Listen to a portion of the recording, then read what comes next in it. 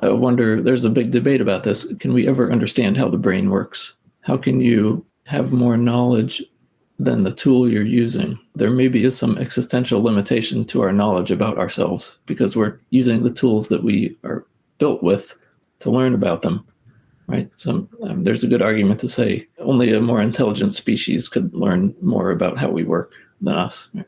But I think we need to try. We need to do our best. And we're also there just getting started because we're learning things about neurology all the time, how the brain works, how consciousness works.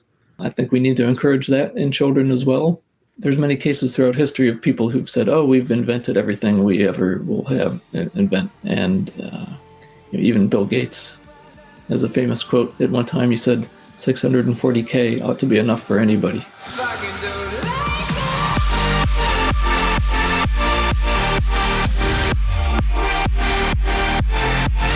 Brett Hoffstadt. Hello, Brett. How are you? Hey, Alex. I'm fantastic and thrilled and grateful to be with you. So thanks for having me on your podcast. You are known for having written a few books trying to advocate for STEM research, studying in general the STEM fields. Why is it that kids should be introduced into STEM, known as science, technology, engineering, and mathematics? All right, well, so my background is heavily in the STEM fields.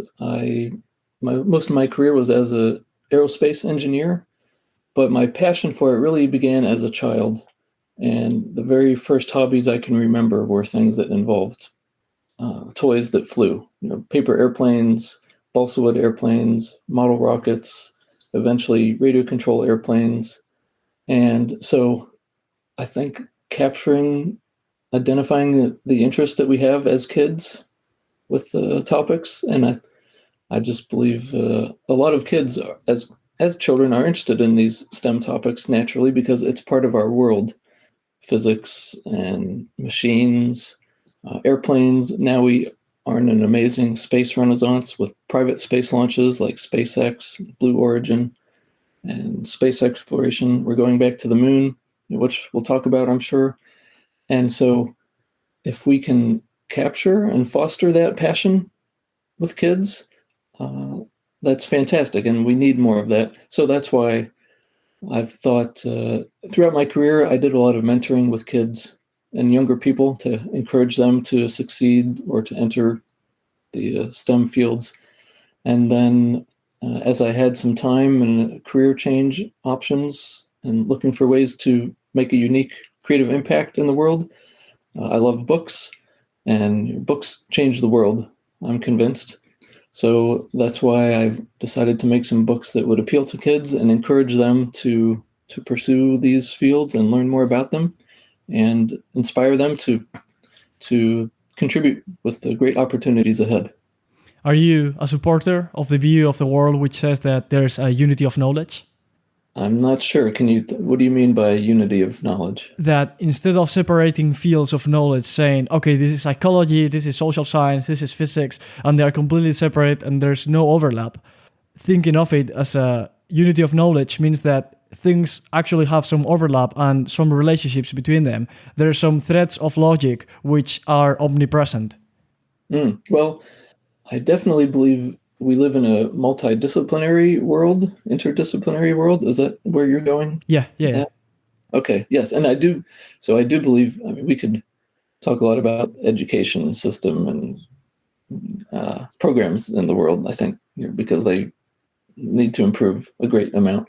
But I think one of the drawbacks is that we partition fields of study in these subjects.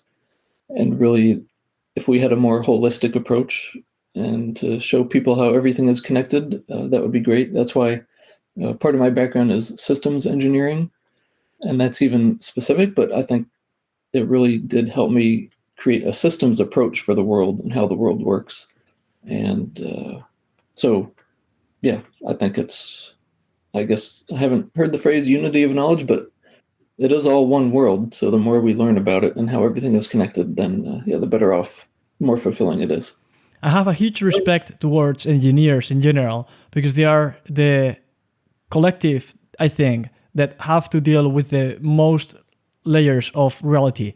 You not only have to know the physics of materials, the components, the things that determine how it's going to function in different circumstances, but also you have to get to take into account the human irrationality in certain cases. So you're not going to build a car which, if driven by Homo economicus, is going to be perfectly driven. You have to take into account the average person, and not even the average person, maybe dumber than the average person, so that you have a buffer.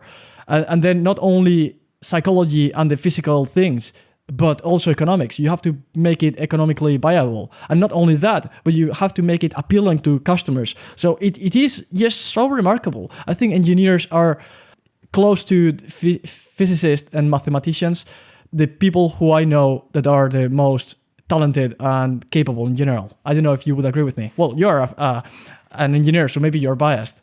Yeah, I am. I admit I am biased. I do think engineers have a great advantage over other disciplines. Also because we have to think in practical terms. You have to think, how can we actually build this? How can it operate in the world? But people are a major element and factor to consider too. Even early in my career, actually in my book, the first book I published was How to Be a Rocket Scientist.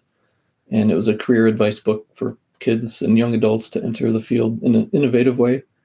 And I tell some stories in there about how I really, early in my career, did not appreciate people skills and soft skills. And it even burned me a few times in my career. So, and in my education too. So they were painful lessons, but I think they were valuable lessons for other people to learn from, hopefully sooner than me, because it took me, I'm a slow learner in some ways, actually. But the point is, yes, we eventually, I think my engineering knowledge actually led me to that revelation, because I see everything as systems, how things work together, but people are an essential part of that. We have to work with people. And so you can't ignore that. I've got a great friend called Lander who's studying aerospace engineering in Georgia Tech University, and we've talked a bit about what the things he's studying, and I really think that he will really enjoy that book. I've checked it out on Amazon, and I will send a link to him. I will also put in the show notes. And yeah, I will definitely share with him. I think that's exactly what people like him need in a moment of starting a career in aerospace engineering. Going back and joining this topic with the thing you mentioned previously, that there's, I think, an inherent curiosity in humans when we are young and also when we are older, and kindling that or sparking the fire of curiosity and potential, especially with the STEM fields, allows great things to occur, because those are the backbone of our society. My laptop wouldn't work if it wasn't due to people like you who were experts in the functioning of the thing itself. I do not know how it works, but there's other people who did and who discovered the mathematics behind it and the functioning of the systems, and everything is just so amazing. Incorporated the work of millions of people, discoveries put into something that makes us be able to have this conversation. And yeah, so going back to the curiosity, the inherent curiosity in humanity, is that the thing that you are trying to spark or try to engineer your way into help? I don't know if engineering your way into the brains of people is the correct phrase, but I think that people who have an inherent curiosity, which is most of the people, if you show to them something which is interesting, as STEM is, I think, will start interacting with that field of knowledge in a way that is productive. Is that the main focus of your work? Yes, it is. I do believe, especially going back to children are naturally curious, and they also learn through play. And adults also, I think we should learn through play.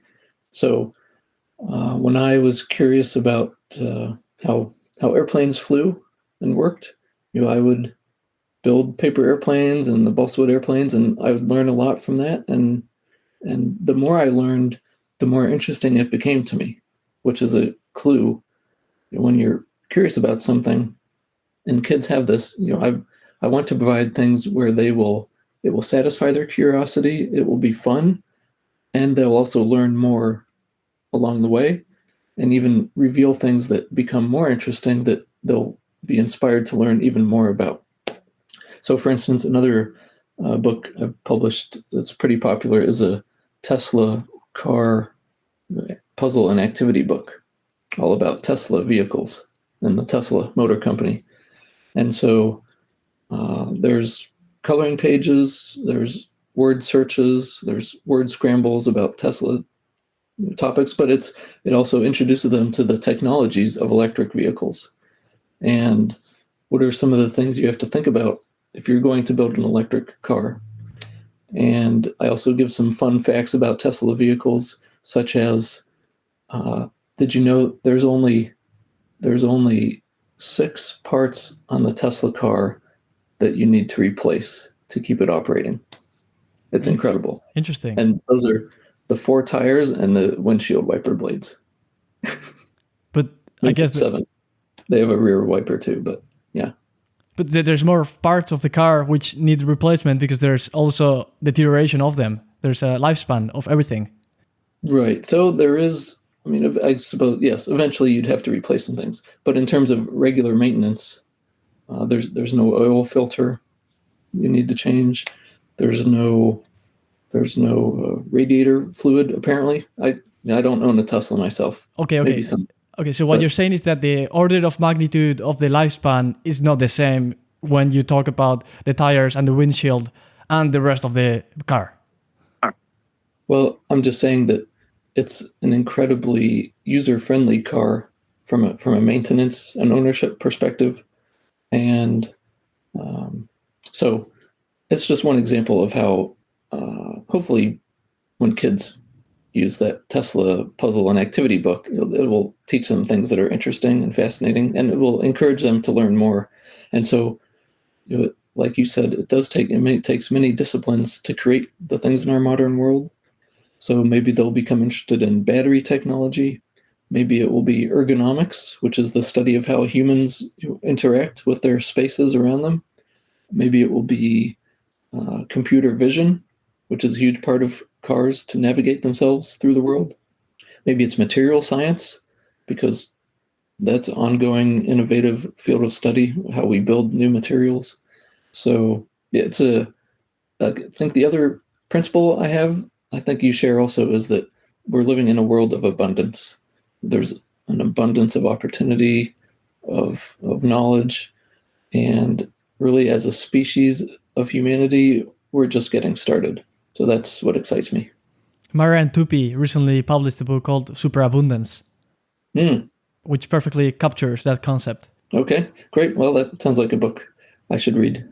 Yeah. When you said that thing about starting the curiosity in kids from a multifaceted perspective, because you allow them to be interested into all the different facets that affect the Tesla cars, that reminded me of the way I got into things, really. I didn't have a curiosity. I wasn't curious about economics 10 years ago. It was a progressive movement towards getting interested into different things. And I think that exposing someone to knowledge that is super far from what they can manage doesn't allow them to get curious about them. There's like a sweet spot of difficulty, or I don't know if difficulty is the correct term, but there's a sweet spot in which if you expose yourself to something that you might be interested, when you get more proficient in that field, you will not actually start the path of movement towards that, getting interested into the nitty-gritty of the field. Right. Yeah. So actually, I'm fortunate that I've learned a lot about this from my wife, who is a informal science educator. She works in science museums. And so I've learned a lot from her, because she's taught me about things like constructivism is a field in education where it's the principle that before you can understand new knowledge, you have to construct it from what you have already. It's like, and another term for this is scaffolding. Like building a building, you have to you need scaffolding first for some basic knowledge, and then you can build on that. So that's something I've thought about with the books I've made for kids, trying to start at their level. So hopefully they know, obviously, I would think they know about cars and spaceships, at least on a simplistic level. But then with my books, like I also have a SpaceX coloring book with the world of SpaceX. I am a fan of Elon Musk, as you might tell, and so, but it builds on the idea of a spaceship and rocket ship, and then gives them a little more knowledge about that. And so, yeah, I think you made a good point that you have to start from where people are, but there's a wealth of more exciting knowledge and information that you can lead them to, as long as you connect the dots for them in some way. And here, I'm sure there's also a normal distribution in which in order to maximize the amount of people that get into the proficient level of engineering, you need to attract wherever the maximum amount of population is, which is in the middle of the distribution. But that will not maximize the amount of people that you attract. But what will do is having a strategy for all the different people among the distribution, people who might have some curiosity in engineering, like I do, for example. I know some basic concepts. I wouldn't be able to use formulas to determine the strength of a material, but I'm interested into it. So I'm definitely not in the first step, as I was maybe when I was 15. So in order to attract people like me, or people who are even in a lower point than I was when I was 15, you have to have different strategies, don't you? Well, you do. I just believe that if you appeal to somebody's curiosity and fun and interest, then that's good enough. They will find their own energy or self-motivation to continue. So, and I believe everybody likes games. They like playing. So even the Tesla puzzle and activity book I've made, that's actually popular with adults as gifts too, because there's a lot of Tesla automobile fans out there, and even for those who can't afford the Tesla yet, if they can at least have fun coloring and doing mazes with Tesla cars and other things, then at least they get to feel like they're a part of the Tesla world. So. One of the main topics in which Elon Musk is interested, and you are too, and then I am too, is existential risks, avoiding the extinction of humanity. I think this is one, if not the main topic that you are ultimately trying to focus your work on, isn't it? Yes, and that's a big reason why I created the bedtime book for kids, Goodnight Moon Base, which is a futuristic spin-off of Goodnight Moon, a classic, popular book. And so maybe we have time to go into this, but my basic belief is that we are going back to the moon to stay as a species, because there are now several efforts to do that, and now we have better technologies to do it, and we're moving in that direction. But we have Elon Musk and SpaceX. Obviously, we also have NASA with the Artemis program, but there's also the Chinese national program to go back to the moon. There's perhaps the Russians, if they still survive as a nation. But so then there's also our U.S. American military efforts to go back to the moon too. So if we do not do this properly, and by that I mean ethically and peacefully, if it becomes a military conquest, that I believe is an existential risk to us as a species. But there are other technologies, and a lot of people, we could talk about these also, because some of these groups actually I'm supporting through sales of Goodnight Moon Base.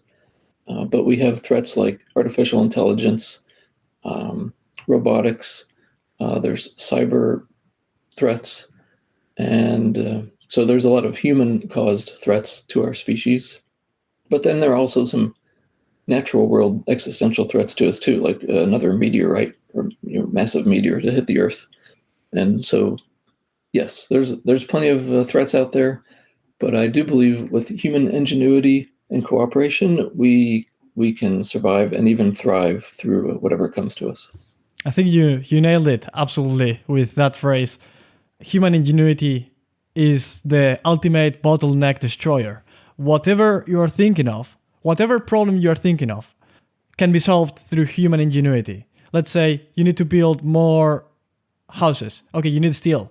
But you might not need steel if you have human ingenuity, because you can think of other materials. Okay, but let's say you have to use steel. Okay, you can take it from some other places if you have more ingenuity. Where I'm trying to go is that you are exactly right. Human ingenuity, from many different perspectives, from an infinite amount of perspectives, can destroy a bottleneck that we are facing, and that being human lives in our case, because we are trying to maximize the odds of humanity maintaining its potential as a species and as a conscious collective.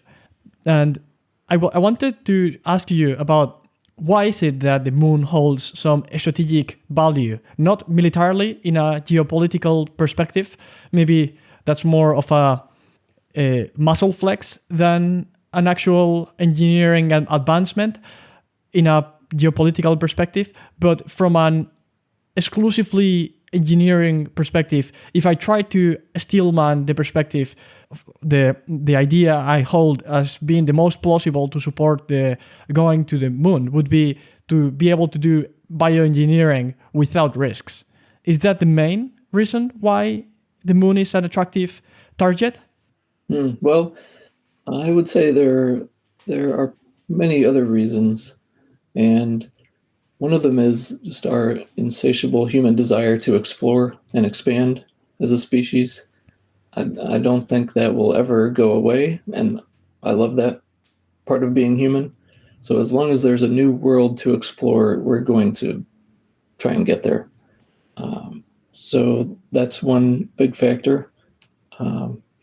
I think we also, when we look up at the sky and see the stars at night, see the planets, and we see the moon, I think it's also part of our inherent human nature to wonder what else is out there, and are we alone in the universe? And I'm quite certain we're not alone. I think there's plenty, I know of plenty of evidence and testimonies that demonstrate that, which might be a little controversial, but that's okay. But so I think the more we explore beyond Earth, we will discover those truths, and that's a good thing for us to do.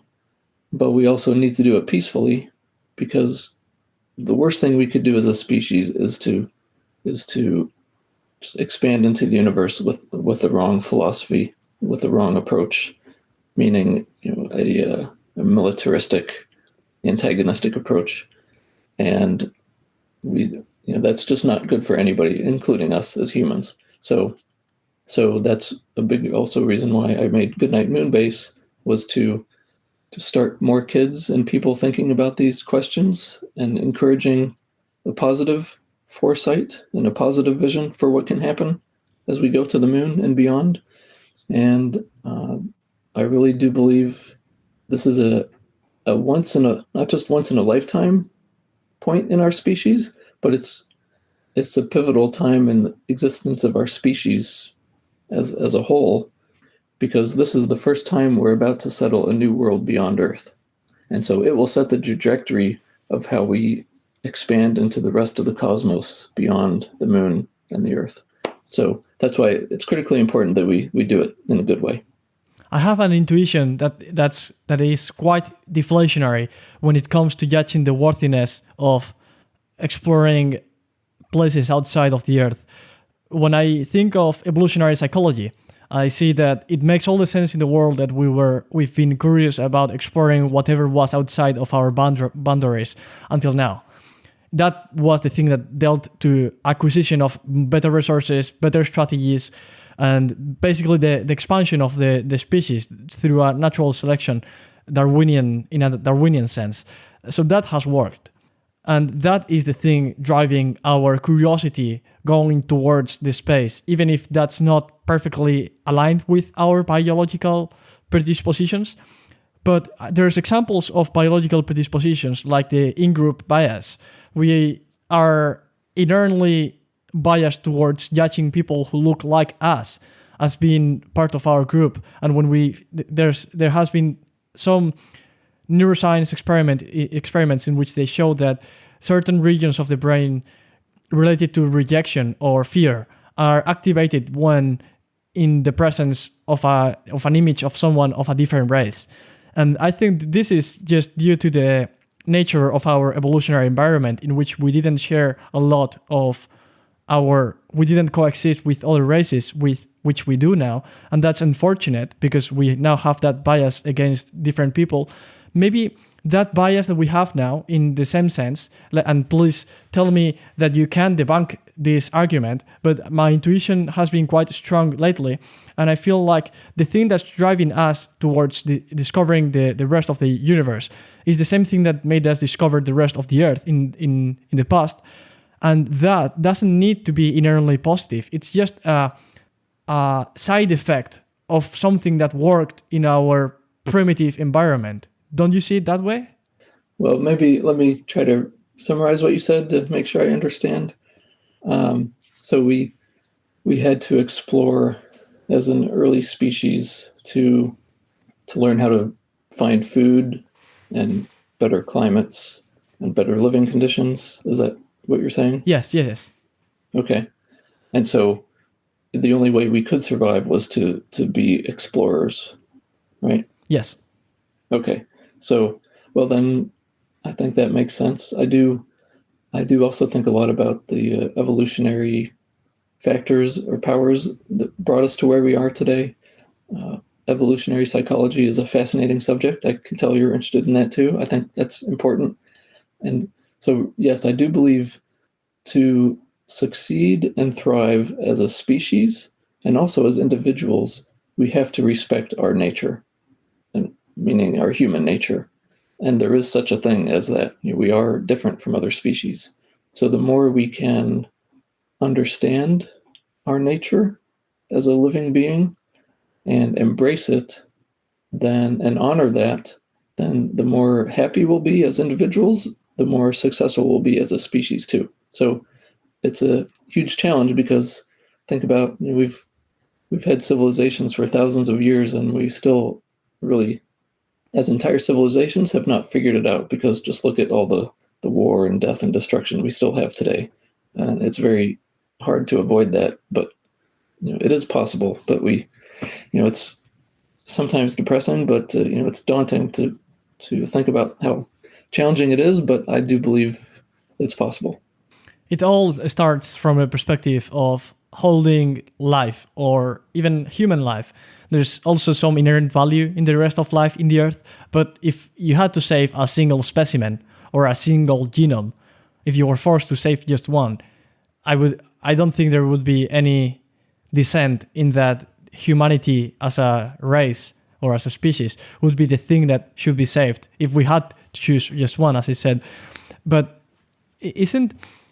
how is it that, do you think there's the beginning of life has been speculated to be just due to some craving, some holes inside of rocks in which proteins got into it, and then as the most primitive form of bacteria or virus was produced, which could be subject to a process of natural selection in its environment, which could replicate itself and develop an RNA.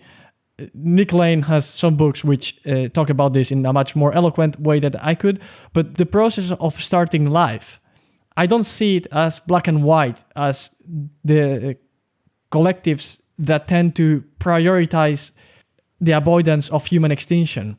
If that is our primary objective, it must be because we see a binary distinction between life and death, and I don't see it so black and white. I think I've done a horrible job in explaining my argument.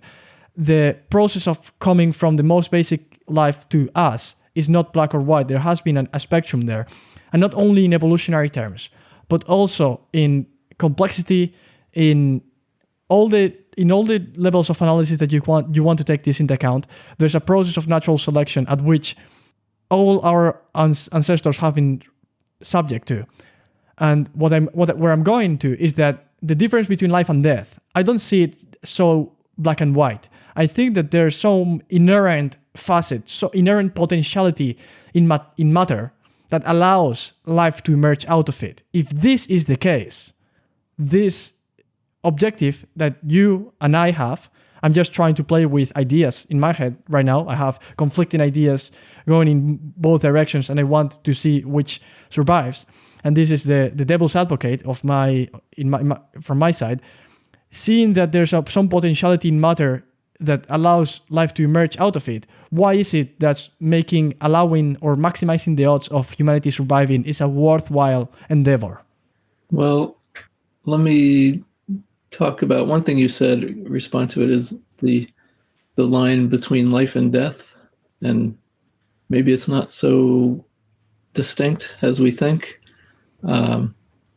I used to think it was very black and white, and just that we are strictly biological beings and we have a mind, but without a brain, we can't have a mind and we can't have a soul. There's nothing else separate from it.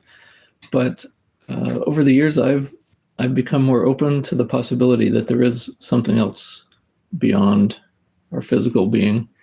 And a lot of that is actually through my study of the astronauts that have gone in through our space programs. So one of them is Ed White. I hope I have his name right. He was the creator. He coined the term the overview effect. And I need to look up his name because I don't want to give it wrong. But anyway, he was one of the astronauts in the Apollo program. And when he saw the Earth, the entire planet Earth in his entire field of vision, that was a life-changing, paradigm-shifting moment for him, because he realized that in this one view, in his eyesight, he could see every other person alive. And even throughout history, they were still on this blue marble in space. And so it connected him, he said, with a universal consciousness that exists in the universe. And so he founded a group then called IONS, which is the Institute of Noetic Sciences. And this is one of the groups that can receive donations from my book sales of Goodnight Moon Base, because I think they're doing important work, because they're exploring how we are all connected somehow in the universe as conscious beings. And here's the radical concept to me, and maybe to you, is that if consciousness is actually a special characteristic of us as humans and of other intelligent species, if there are other intelligent species out there, they must be conscious and self-aware like we are, right? And so what if consciousness can be the way that we connect with each other? And that doesn't necessarily need physical time or space. So I think our opportunity going ahead when we go to the moon and beyond Earth, and when we have people from many different backgrounds who do this, as we have artists and researchers and other creative people, they might be more attuned to these things and more open to the possibility that we're not alone.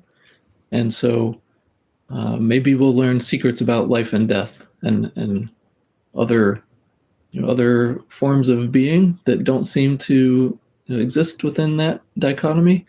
So it's really fascinating, and that's why I think we're at a unique point in time as a species, because we're on the cusp of really discovering these things. What do you think? I think consciousness is one of the most fascinating topics ever. But I've come into an intuition which is quite deflationary in this too. I see consciousness as just the way an entity or an object interacts with a stimuli. And a rock is quite predictable in the way it's going to interact. If you shoot at it a bullet, it's going to react in one way. And as you increase the complexity of the thing that you are experimenting with, you eventually come into a dog or a human, and that is almost unpredictable according to our current standards and our development in knowledge. But assuming that we could hold constant all the variables constant which we cannot, because if you put a person into a box and you interact with it, there's something that is changing in the person's memory, which is not allowing the experiment to be run correctly. But assuming that we could hold those variables constant and that we could go back to a state in which that person was when we were beginning the experiment, we could explore what all the different ways of interaction of that person would be. All the reactions, all the possible reactions of that entity, which in this case would be a person, are limited. They are not infinite. Obviously, you can expand the time frame and start getting into absurd numbers. You would get into orders of magnitude so big in comparison to just experiment. You couldn't have just one. You would have to have 1 multiplied by 10 to the power of I don't know what number, but it would be huge. But that hugeness doesn't mean that it is infinite. So the amount of interactions that a human can have, the amount of ways in which it can interact with its environment, I think, is limited, and it is predictable because it follows some paths, some common paths. The way fear is generated in you is similar when you are threatened by a dog as it is when you are threatened by a bear. There are some similarities there, and if we could simplify it in a mathematical way to what it is that is going on. I think once you get into the understanding of what it is, the thing that is making you react in certain ways, the hard problem of consciousness would disappear. And I don't think it is such a remarkable thing as we make it be. And I also have an opposite intuition, which says that consciousness is just a mysterious and ethereal thing which cannot be explained. But it is also true that matter has to be limited in the ways it can interact with itself.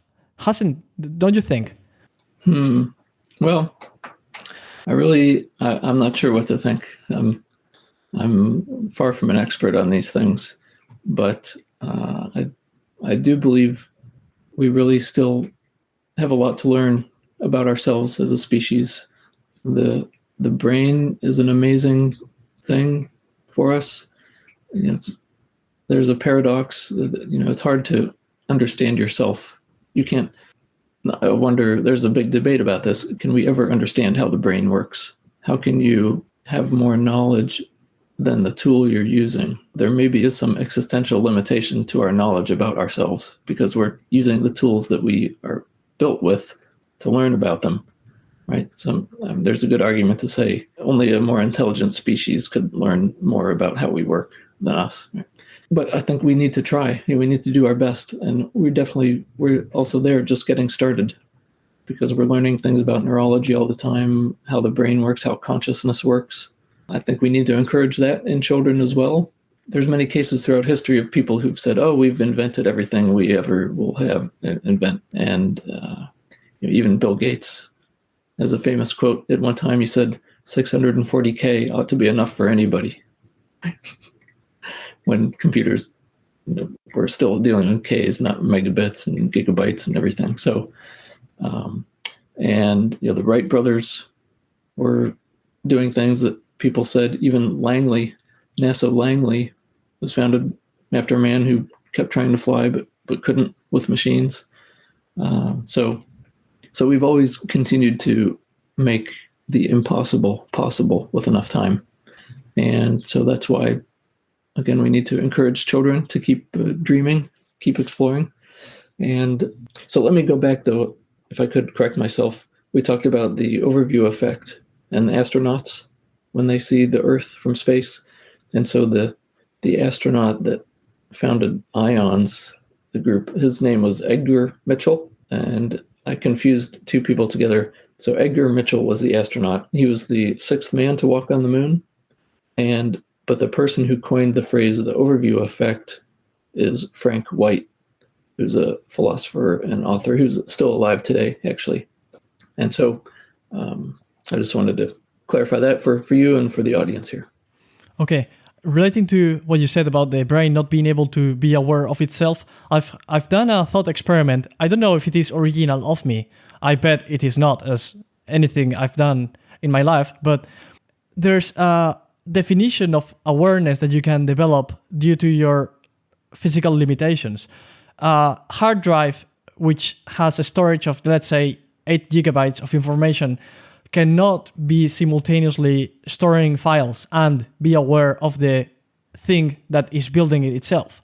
You cannot represent in 8 gigabytes the matter necessary to represent the pen drive itself, because the transistors are so small that in order to represent it in a simulation, however you want to do this, even if you have a low definition of the simulation, you could not make the pen drive hold in its memory what it is required to build another pen drive if you don't do simplifications. Like you say, you put transistors, a file of 1,000 multiplied by 1,000 in width and 1,000 in height.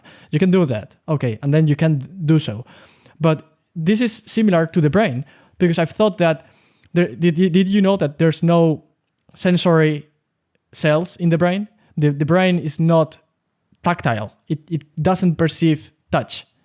And this is because more neurons would be required in it in order to be able to perceive and process the information, so that the brain cannot perceive the thing that is built to perceive the rest of the things is not simultaneously able to perceive its nature.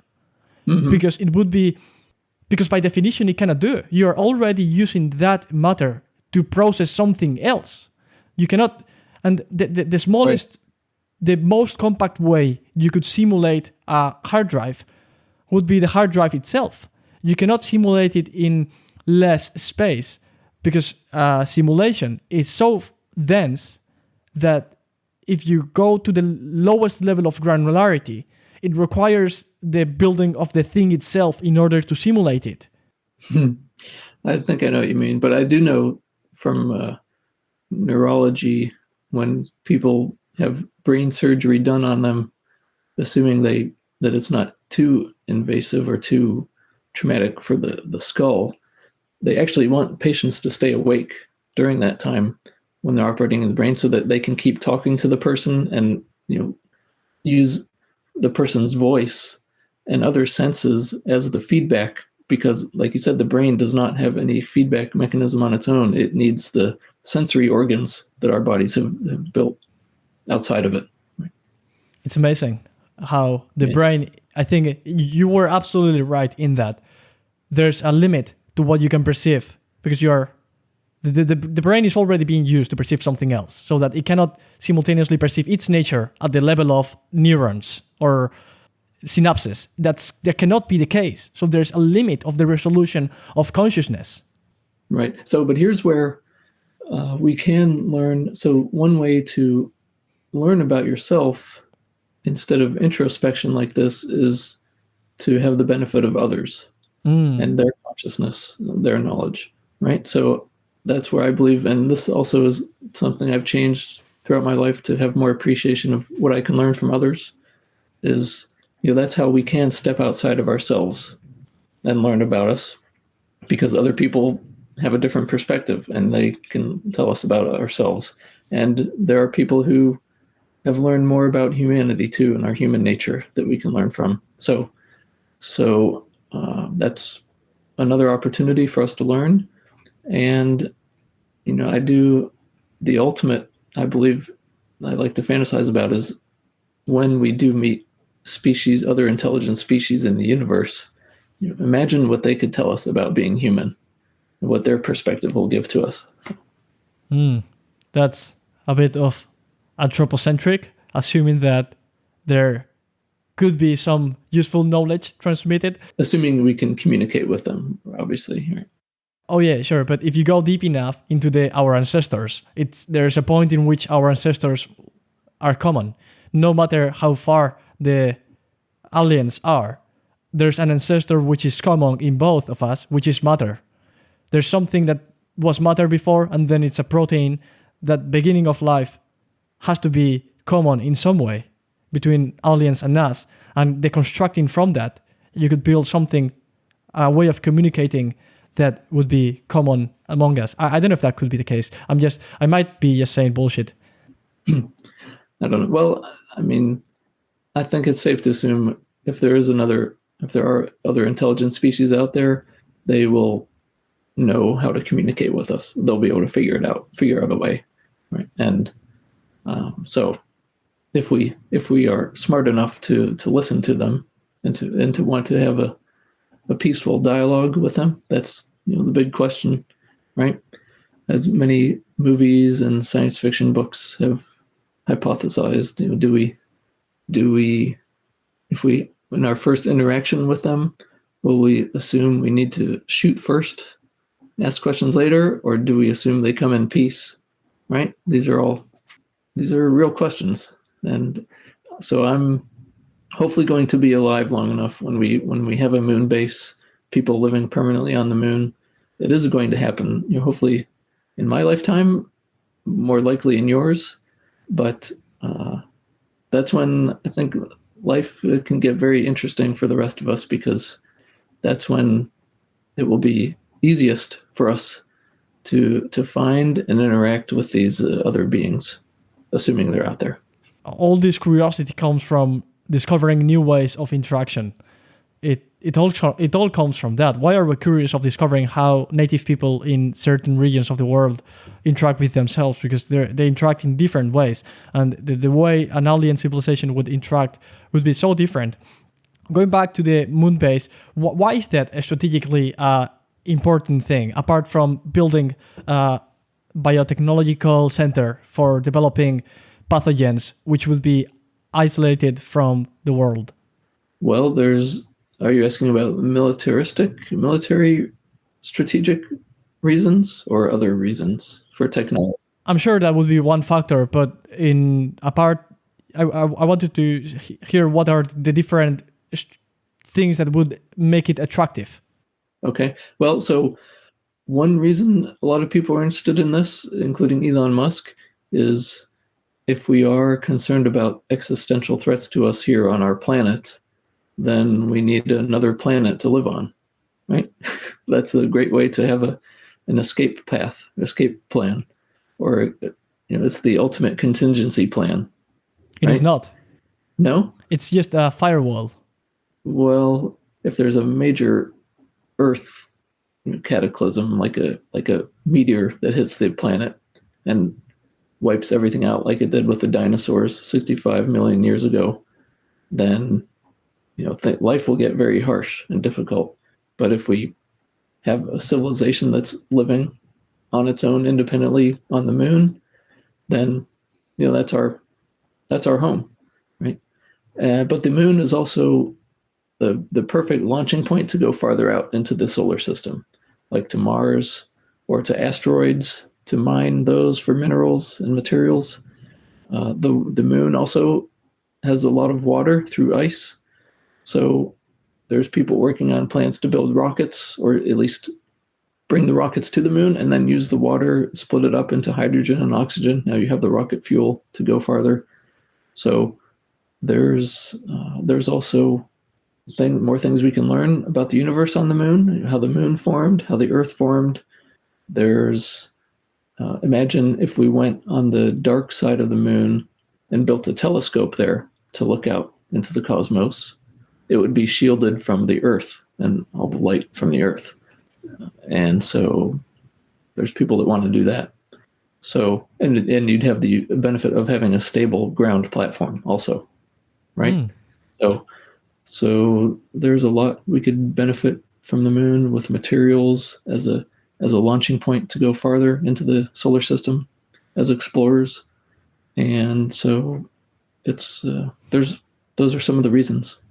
And there's also the factor that going to exploring something which hasn't been deeply explored exposes yourself to a huge amount of opportunities that you could not foresee. There can be huge breakthroughs in science that comes from exposing yourself to something to which we haven't been exposed before. Right. Yeah, that's true. I'm convinced there's serendipities. There's things we cannot predict that we'll benefit from, but we have to get there first. So in the branches which knowledge are, we've been building branches out of the things on top of the branch, and now going to the moon would mean this is I'm doing a horrible job explaining this, and in audio only this is impossible to explain. But basically what I was saying is that there's a tree of knowledge, and this is there's a root, and there's branches coming out of it, and all the fields of knowledge that we have been able to develop are coming out of the branches in the top. But doing a space base in the moon would allow us to build a branch out of a branch which is more close to the root of our knowledge, because it is exposing us to fertile soil, metaphorically, which is more new than what we are used to. If we invested that money in something, in research related to chemistry here on Earth, the odds of that leading to a huge breakthrough, I would guess, are much lower than investing it into exploring in the moon. Well, you might be right. But I don't know. I mean, there's one thing is it's definitely a low gravity environment. So there would be a whole new field of study on low gravity effects and things you can do in low gravity, like science experiments, growing materials, maybe the biological experiments you mentioned. There's, maybe we will need that low gravity for them to succeed more. So there will definitely be new opportunities there, new technologies. So, and even, if you want to think for something fun to inspire kids, it could be sports. Imagine the sports games that would be fun on the moon in low gravity. So that would be a great broadcast to watch back on Earth. Great. That would be super fun. Even if I'm not a huge fan of sports games, but yeah, I see how other people could be hugely interested in seeing how people shoot arrows or play football on low gravity. Right. Or, I don't know. There could be many ideas, but maybe it's a moon rock throwing contest or something with moon boulders. But, I mean, that if you think about how we can bring funding to some projects on the moon, maybe that's a way, because people, that might be a good pay-per-view income source for somebody. I might watch that too. Appealing to more of a base instinct in humanity allows motivation to appear, even if there's some brains at the top of the hierarchy leading the superior objectives of the race, which is the survival of it. Right. Yep. The fact is, sports have a huge appeal in games, right? So if we had the Lunar Olympics, that could be a nice event for everybody. It's been great, Brett. Is there anything else you would like to touch on? Well, I thank you for the time and the stimulating conversation, Alex. I'll just ask people if they're interested in any of my books. You can go to goodnightmoonbase.com, or for my first book with other links to other books I've made, it's howtobearocketscientist.com. And I'm also on LinkedIn at Brett Hoffstadt. And I'm on Twitter at Brett Rocket Sci. It's Rocket and SCI. And I'd love to follow up and talk with people here and from your audience. And I look forward to having more conversations with you too. So thanks again. You are a hugely prolific author, I think. I've been looking at your work, and there's so many books. Every time I check your works, I've noticed that there's more books that I hadn't noticed you had done before. How many books have you written until now? Well, I'd say, so I've written quite a few by myself, or with others. That I'd say it's maybe a couple dozen now. And I've also written books for other people or helped other people publish their books, which is fun. And so I will mention that if there's anybody out there in your audience that wants to publish their own book, I'd love to get in touch with them, hear from them, and help them succeed with that too. So I believe ideas change the world, and books are one of the best ways to transmit those ideas and to be a vehicle for those ideas.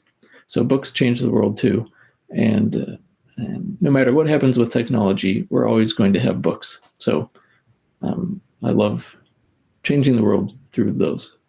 I've I'm interested in a theory I'm developing called the origin of all vices and virtues. I've got a podcast about that, and I've been thinking of doing a more long-form expression of the ideas in it. So maybe I will get in contact with you to talk about this topic.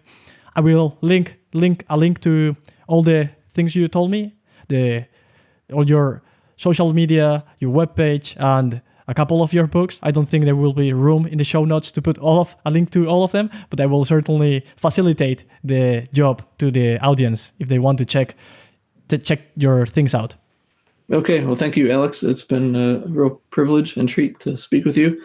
And yeah, I'd love to help you produce and publish one of your books in the future. Perfect. It's been a pleasure, Brad.